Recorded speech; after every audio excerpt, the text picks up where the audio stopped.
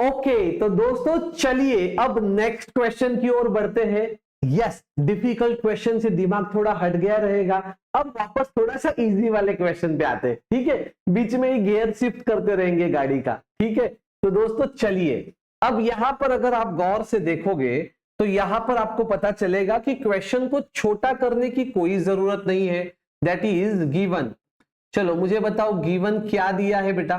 हमें गिवन दिया है D cube plus D square minus D minus one of Y is equal to 0, right.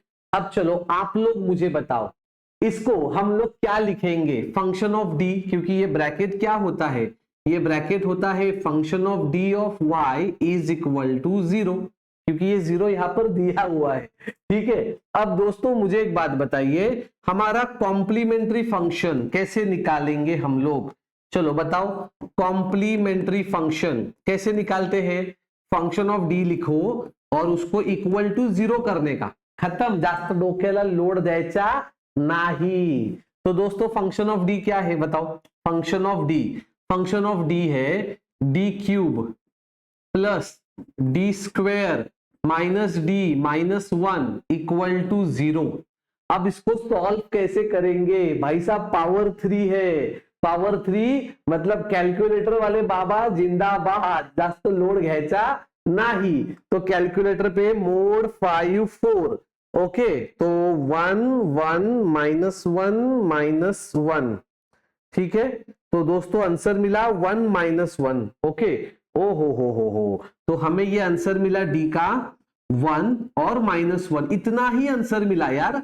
Calculator पे 2 ही values मिले, but आपका अभी टेक्निक्स एकदम आप स्मार्ट हो गए हो। क्यों? क्योंकि दोस्तों पावर कितना है, पावर 3 है, मतलब 3 वैल्यू चाहिए था। तो तीसरा वैल्यू क्या लोगे, जो लास्ट वैल्यू है उसको रिपीट करने का। समझ में आ गया। तो अब दोस्तों मुझे आप लोग बताओ, अब हमारा CF क्या होगा, कॉम्प्लीमेंट्री फंक्शन क्या होने वाला है। देख ये जो एक वैल्यू है ये अकेला है, जो किसी के साथ रिपीट नहीं है, तो C1 e raise to x ले दे और वो वैल्यू का नाम है 1, तो यहां पे तू 1 लिख, क्लियर है। अब दोस्तों ये जो 2 वैल्यूज है ना ये रिपीटेड है, अब डबल रिपीट है, मतलब एक में x आएगा, राइट। मतलब कैसा, इधर देख ऐसा, क्या लिखेगा C2 प्लस C3x। C2 क्यों, क्योंकि ये 1 हो गया ना इधर, तो C2 plus C3x e raise to X, आराम से। तो ये -1 जो है ना उसके सर के ऊपर चिपका, यहाँ पे खत्म हो गया यार। देख बेटा तेरा CF भी बन के तैयार है। अब मुझे बता PI क्या होगा। PI तो हमेशा 0 ही होगा इसमें। PI का फिर ले क्यों रहे हो सर PI, अरे भाई फॉर्मूला लिखने का प्रैक्टिस, फाइनल आंसर का फॉर्मूला लिखने का प्रैक्टिस, समझ में आ गया। तो PI का फॉर्मूला क्या है, 1 upon function of D into F of x मतलब क्या, राइट हैंड साइड तो 0 है, तो 1 अपॉन एफ ऑफ डी क्या है, D cube plus D square minus D minus 1 into 0, okay. तो आंसर क्या आया बेटा PI का, so you will get PI as a 0। अब फाइनल आंसर क्या होगा, आंसर क्या होगा, y is equal to complementary function plus PI, okay. कोई लोग है ना ये फॉर्मूला ऐसा भी लिखते हैं, y is equal to YC plus YP। कुछ कॉलेज में ऐसा सिखाया जाता है, YC मतलब कॉम्प्लीमेंट्री, P मतलब पर्टिकुलर, जैसा लिखना है वैसा लिखो। तो यहाँ पे क्या आएगा, CF क्या आएगा, CF ये देखो, ये टकाटक CF प्लस 0। आपको पता है आंसर कैसे लिखना है, हाँ इसकी माँ के मजे ही मजे, एकदम कड़क, टेंशन नहीं लेने का, ठीक है, फुल मार्क्स, ओके। चलो नेक्स्ट क्वेश्चन की ओर चलते हैं। ओहो क्या है ये क्वेश्चन, कुछ नहीं है, पावर 3 है, टेंशन लेने का नहीं, अपने हाथ वाला क्वेश्चन है। चलो तो क्या करेंगे बताओ मुझे, हमारा गिवन क्या है, हमारा गिवन है D cube plus 4D y is equal to 0, right. चलो अब आप लोग मुझे बताओ क्या करेंगे। यस सबसे पहले इसको नाम हम लोग देंगे sir function of D y is equal to ये 0, राइट। अब आप लोग बताइए, चलो सबसे पहले हम लोगों को CF निकालना होता है, CF का फॉर्मूला पता है हमें। क्या फॉर्मूला है सर CF का? जो फंक्शन ऑफ डी है इक्वल टू 0 लिख देने का। फंक्शन ऑफ डी क्या है? D cube plus 4d is equal to 0।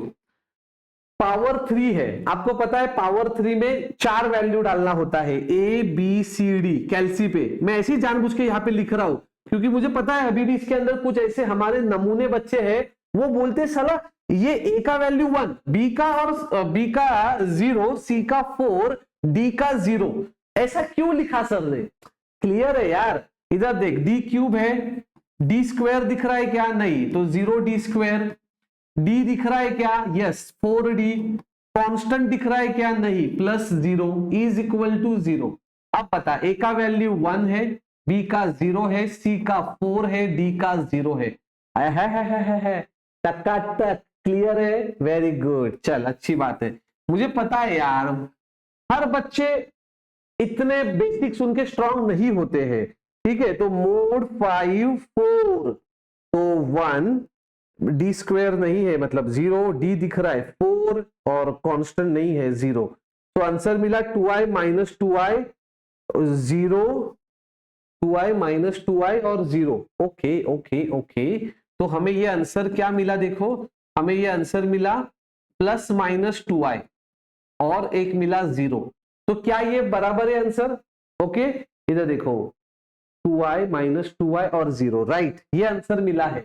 इधर देख प्लस माइनस मतलब 2 वैल्यू मिल गए और ये 0 मिला एक मतलब तीसरा, और पावर 3 है मतलब 3 ही चाहिए था, तो बराबर मिला।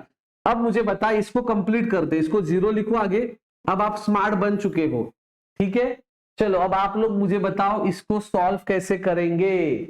इधर देख, ये टाइप कॉम्प्लीमेंट्री फंक्शन का टाइप 3 है, राइट? तो कैसे लिखेगा? CF is equal to e raise to x लिखा, तूने यहां पर लिखा cos x प्लस तूने यहां पर लिखा sin x, राइट? चल अल्फा का वैल्यू क्या है? इधर देख, alpha is 0 and beta is 2, right? So alpha की जगह पे इधर आएगा, सॉरी माफ करा, 0 आएगा। 0 बाबा 0, फिर से बच्चे बोलते ये क्या हो गया? 0 आएगा, इधर 2 आएगा, इधर C1 और C2। क्यों सर इस बार C1 प्लस C2 x नहीं लिखा इधर? अरे सिंगल है, 2 बार थोड़ी आया है, ठीक है? और ये इसका क्या करने का? ये तो भाई टाइप 1 है, plus C3 e raise to x और ये 0, क्योंकि वो 0 है ना, अकेला बैठा है, तो हो गया भाई साहब, बल्ले बल्ले, ये मिल गया मुझे मेरा CF। अब दोस्तों क्या निकालेंगे?